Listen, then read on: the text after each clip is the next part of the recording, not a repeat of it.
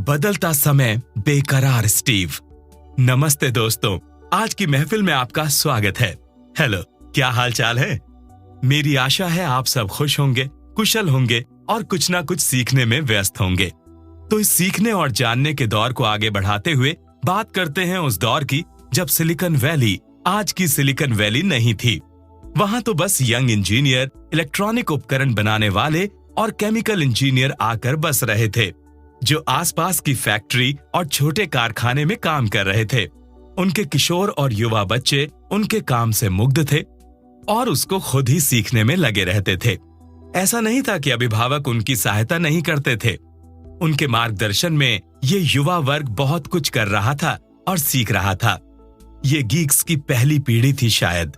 ये समय था 1960 के अंत का और 1970 के शुरू के वर्षों का। उसी समय कंप्यूटर फौज की छावनी और सरकार की बागडोर से आजाद होकर व्यापार की दुनिया में पहुंचा था। एक नए किस्म की पीढ़ी का उदय हो रहा था। वियतनाम से अमेरिका का युद्ध समाप्त हो चुका था। नई युवा पीढ़ी प्रेम और शांति की तलाश में थी। ये युवा वर्ग संगीत का दीवाना था। गैजेट्स उसको लुभाते थे। ड्रग्स के सहारे वो खुद को और परमात्मा को तलाश रहा था। इस दौर में था स्टीव जॉब्स, जो कॉलेज तो गया लेकिन फर्स्ट सेमेस्टर के बाद 7 साल तक उसी ही कॉलेज में भटकता रहा। वहीं की सीखी कैलीग्राफी तो उसने मैकिन्टॉश कंप्यूटर के फॉन्ट बनाने के लिए मूल आधार के रूप में प्रयोग की थी। पालो अल्टो और सेंट जोस में बच्चों का एक एक्सप्लोरर क्लब था। स्टीव भी इसी क्लब में शामिल हो गया। ह्यूलेट पैकार्ड के कैंपस में ये क्लब मिलता था और वहां कुछ इंजीनियर की छत्रछाया में ये ग्रुप सीखने का काम करता था। इसी ही बीच में स्टीव के दोस्त बिल फर्नांडिस ने उसको स्टीफन वोज़नाइक से मिलवाया। वोज शांत था लेकिन कमाल का अन्वेषक था। 1971 में सिंगल चिप प्रोसेसर के मार्केट में आने से पहले ही विज ने एक सर्किट बोर्ड बनाया था। इस पर कई और इलेक्ट्रॉनिक चिप्स भी लगे थे। इसको बाहरी मशीनी रूप दिया स्टीव ने, नाम दिया डिजिटल ब्लू बॉक्स। फिर हॉस्टल घूमकर इस मशीन को $150 में बेचा भी, मुनाफा भी हुआ। लेकिन जब एक बार किसी ग्राहक ने स्टीव पर पिस्तौल तान दी तो ये कारोबार ठप हो गया। लेकिन वोज और स्टीव की जोड़ी बन गई थी। वोज टेक्निकल जीनियस था, स्टीव बातों का धनी। स्टीव को साहित्य पढ़ने का बहुत शौक था। उसने शेक्सपियर, मेलविले जैसे साहित्यकारों को पढ़ा हुआ था। इसका प्रभाव उसकी वाक्पटुता पर सकारात्मक रूप से पड़ा था। वो अपनी बात समझाने और मनवाने दोनों में एक्सपर्ट था। साथ ही स्टीव ने अपने पिता से सीखा था कि जो भी वस्तु बनाई जाए वो देखने में सुंदर हो। ये सुंदरता उस वस्तु को बाहर से आकर्षक बनाए। साथ ही साथ स्टीव ने यह भी सीखा था कि वस्तु या मशीन अंदर से भी सुंदर हो। सुंदरता के साथ साथ स्टीव का ध्यान सरलता और सहजता पर भी रहता था। वो डिजाइन का बादशाह था और डिजाइन में वो ये यकीन रखता था कि वो बिल्कुल भी जटिल ना हो। यदि मशीन हो तो उसको प्रयोग करना बहुत ही आसान हो। आप कह सकते हैं वो मिनिमलिस्ट था, अति सूक्ष्मवादी। लेकिन इसका मतलब ये नहीं था कि स्टीव गुणवत्ता के साथ कोई समझौता करते थे। जैन बुद्धिज्म ने शायद उन्हें एक परफेक्शनिस्ट बना दिया था। उनका कार्य सुंदर भी होता था, उनकी मशीन पर काम करना बहुत आसान होता था और उसमें दिए गए फीचर्स बाजार की सोच से भी आगे होते हैं। कस्टमर डिलाइट का सजीव उदाहरण होता है एप्पल का कोई भी प्रोडक्ट, जिसकी packing, design, work quality, internal build सब कुछ विलक्षण होती है। रीड कॉलेज में ही स्टीव ने एशिया के अध्यात्म के बारे में पढ़ा था, लेकिन कॉलेज तो उसने 1972 में ही छोड़ दिया और अपने माता पिता के पास लौट आया। वहां उसने अटारी कंपनी में टेक्नीशियन की नौकरी कर ली और वीडियो गेम रिपेयर करने लगा। साथ ही वो ओरेगन के सेब के बाग में भी काम करता था और कम्यून में रहता था। इसी ही बीच उसको भारत आने की धुन सवार हुई। वो नीम करौली बाबा से मिलना चाहता था। दुर्भाग्यवश उसके भारत आने से पहले ही बाबा नीम करौली का देहावसान हो गया था। इस वजह से स्टीव बहुत निराश हुए। उनका विचार था कि वो साधु बन जाएगा और संसार को त्याग देगा। उसने बौद्ध धर्म को जाना और पढ़ा, जिसका प्रभाव उसकी सोच और काम पर सकारात्मक रूप से पड़ा। 1974 में स्टीव अमेरिका लौट गए। ये नहीं कह सकते कि उनका कोई भ्रम टूटा या कोई मोह भंग हुआ। बालाजी बुद्धिज्म से उनके जीवन को एक नया ज्ञान मिला। अमेरिका लौटकर उन्होंने फिर से अटारी कंपनी में नौकरी कर ली।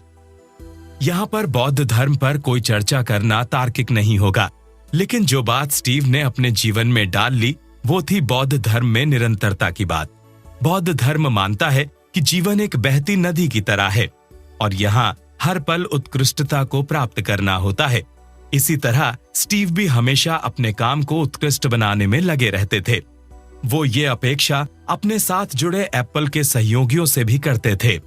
इसीलिए शायद कुछ लोग उन्हें बुरा बॉस कहते थे जो हमेशा डांटा करता था, लेकिन वही लोग ये भी कहते हैं कि एप्पल में जो काम उन्होंने किया वो उनके जीवन का सर्वोत्तम कार्य रहा। स्टीव में क्षमता थी कि वो लोगों से सर्वोत्तम की अपेक्षा करता था और सर्वोत्तम ही स्वीकार करता था, और लोग ऐसा करके दिखाते भी थे। खुद से भी वो सर्वोत्तम ही डिमांड करता था, जो कुछ हद तक उसकी असफलता का कारण भी रहा, लेकिन उसकी चर्चा बाद में। अभी तो हम जान रहे हैं कि स्टीव की मिट्टी में क्या क्या मिला था। भारत भ्रमण के समय स्टीव ने अध्ययन किया एक पुस्तक का जो जीवन पर्यंत उनकी मार्गदर्शक रही, योगानंद की ऑटोबायोग्राफी ऑफ अ योगी। 16 अक्टूबर 2011 को स्टैनफोर्ड यूनिवर्सिटी मेमोरियल चर्च में स्टीव की मृत्यु पर शोक और श्रद्धांजलि अर्पित करने आए स्वजनों और प्रियजनों को यही किताब बांटी गई थी। तो इतना सब था स्टीव के व्यक्तित्व के निर्माण में। उसके माता पिता, पिता के साथ बिताया समय, दोस्त, संगीत, साहित्य, बौद्ध धर्म, योगानंद की आत्मकथा, देशाटन, साथ में वो समय जो बदल रहा था और उसकी कगार पर खड़ी थी स्टीव की पीढ़ी। स्टीव का मानना था सब कुछ संभव है।